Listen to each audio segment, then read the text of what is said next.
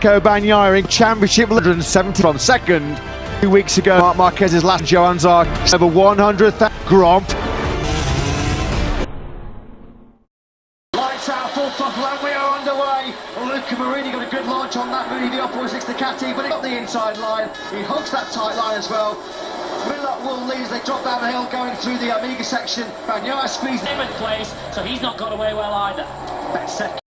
Two title contenders from last year trying to make that extra soft grip work at the start of this Grand Prix, which they need to do. Of course, they'll have to be wary of the durability and the endurance of those soft rear tyres, but Aleix Espargaro making it pay right now. He's up to fit. Here comes Brad Binder then coming back through on Aleix Espargaro. It's really bunching up behind him, isn't it? As Aleix Espargaro tries to come back through Bezzecchi's getting embroiled in a battle there. He just lost the place to Zarco. I think Alex Marquez is also through on Marco Bezzecchi down to 9th place. Just a block pass there, was it, from Binder? Nothing that Aleix Espargaro could do. Parts of that first corner was Brad Binder's KTM. You saw Aleix Espargaro just have to check up there, didn't he, on the factory Aprilia. Back at the front there, Pecco Bagnaia. 6 podiums in 7 sprints, trying to continue his golden run as well in this German Grand Prix. Looks like Bagnaia and Martin have started to stretch away. They'll have near to Jack Miller on this opening lap then. He's just flicked it hard right, 5th gear, down the hill. Look, he lost the rear, didn't he? That's the reason why then. Jack Miller, just that wheel spin as he was desperately trying to make sure that the Ducatis behind him weren't able to attack him on the brakes into turn number 12. That's exactly what happened. Here comes Martin then. He's going to hit the front for the first time, just as he made the move here on Bagnaia and Miller in the sprint yesterday. Yeah, Johann Zarco was briefly up into 5th place as well, wasn't he? Well, he is in 5th right now, although he's had a good exchange with Miller. He's just lost that 5th spot in the first sector. You just wonder, this lost time might be putting pay to Zarco's podium hopes here. A long, long way to go, and he is so adept, isn't he, at tyre management in the second half of races, but at the moment he can see Brad Binder starting to streak away. He's got to find a way through quickly. Well, he did a hard move on Binder on the KTM in turn number 11. He's now dishing out some more pain to KTM through that turn number 11. It was cleaner this time around. No contact between him and Miller. Zarco on the Australian, who's struggling for pace at the early part of this Grand Prix. Miller's got no answer, particularly there through turns 10. Be putting pay to Zarco's podium hopes here. A long, long way to go, and he is so adept, isn't he, at tyre management in the second half of races, but at the moment he can see Brad Binder starting to streak away. He's got to find a way through quickly. Well, he did a hard move on Binder on the KTM in turn number 11. He's now dishing out some more pain to KTM through that turn number 11. Binder off the inside. He's not allowing Marini to turn in. Binder able to get to the apex first, and the South African is up into the podium positions. So Binder, you can just see that rear right height device squatting on the KTM as he tries to pick up the dry grip. He'll do the same now coming out of this final corner. There's your live championship. It's getting better, isn't it, that title race picture for Jorge Martin. He could be within striking distance, just 16 points behind Pecco Bagnaia as we head for another showdown. Over 37 points available next weekend in Assen. So now then, Binder. The gap between him and Bagnaia, second to third, was 1.6 seconds. Now the field have gone through the very loud pit lane. Let's go and get some thoughts. So, Simon, you spotted what happened to Maverick Vinales. Brilliant. What did you see? Well, we all saw smoke coming from the exhaust out the side, which comes from the front 2 cylinders of that V4. And I went and had a look. There's no fluids anywhere, so it's obviously something internal gone wrong. No danger for the riders. Thanks for that, Simon. So, well, yeah, that's the best possible. There's no fluid leaking out of Maverick Vinales' stricken RSGP. Scant consolation for him, though, as he goes to Assen, where we know he's very, very strong. Maverick Vinales is looking to try and steer his season back on course. Back at from the front, setting a pace that no one can match him with, but what can you do in a bitter battle? Is Bagnaia going to try and force Jorge Martin to fight for this and make sure the Martin doesn't pull away at the front? Marini's got it all on here, not just to hang on to that 4th place, fight for the podium, because Zarco behind him on the previous lap was 0.3 of a second faster. Zarco's charge continues. We're on board now with Marini through this high-speed turn 7. This is where Marc Marquez had that sickening high side this morning. High-speed barrel roll through the gravel trap. That's why the former King of the Sachsenring, the undisputed King of the Sachsenring, sideline from this Grand Prix. He withdrew. Marini just couldn't turn in through that tight second gear first corner. Feels like, doesn't it? We said pre-race it.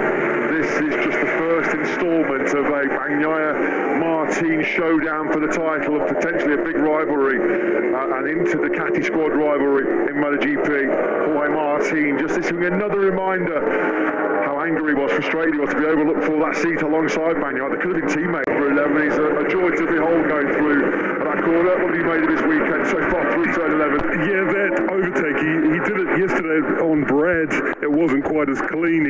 Of this German Grand Prix, can Martin fight back immediately? He gets a pretty good run there out of turn 13. You kind of feel Martin needs to strike back immediately. He can't allow Bagnaia to get into his rhythm, but Bagnaia so good on the brakes into turn 1. Yeah, not giving an inch there, was he? Not giving a millimetre to Martin to try and attack him with an immediate counter-attack move into the first corner. What have you got then now? Jorge Martin, the world champion, hits the front then. 9 laps to go here.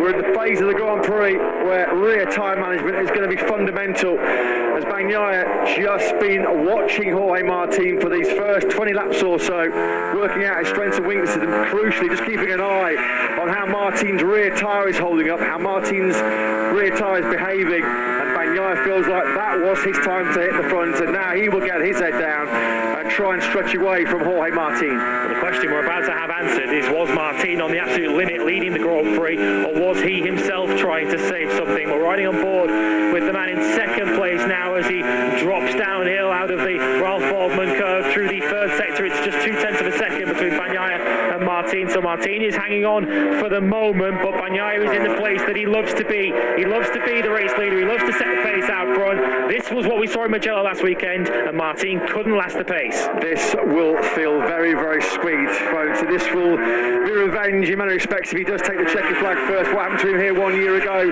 Pecco Bagnaia, when that costly mistake while trying to pursue Fabio Quartararo, where he thought he'd wrecked his World Championship hopes here last season. Right here, wasn't it, in the race 1 year ago, where he had that tumble and slipped 91 points behind the Frenchman before launching the greatest comeback in Grand Prix history to win Ducati's first Premier Class title as Casey Stoner in 2007.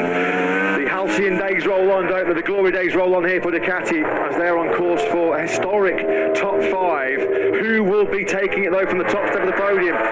That's not decided, is it? Because Bagnaia, he can't break away from Jorge Martin. What will be happening here to Martin's front tyres? Well, that will be coming into reckoning too. Without the clear air ahead of him behind Bagnaia's factory Ducati, there'll be a spike in that front tyre temperature, which will affect the turning, it will affect the handling and the braking of that Prima Pramac machine. You feel that's why Martin will want to try and get back ahead of Bagnaia as soon as possible to try and regain that lead. Quartararo has plummeted now behind his teammate Morbidelli. They're 13th and 14th. A little bit of a show at the wheel there from Martin, but in terms of the battle for the victory, encouraging as a neutral. Bagnaia has had the lead now for a couple of clear laps, but he's not been able to shake off the number 89 behind him. We're coming on to lap 24 of 30 now, 7 remain. Yeah, this is building up to a grandstand finish, isn't it, here now? That Martin is going to get some slipstream behind Bagnaia. He can't, though, cut to the inside line. Bagnaia is just too good.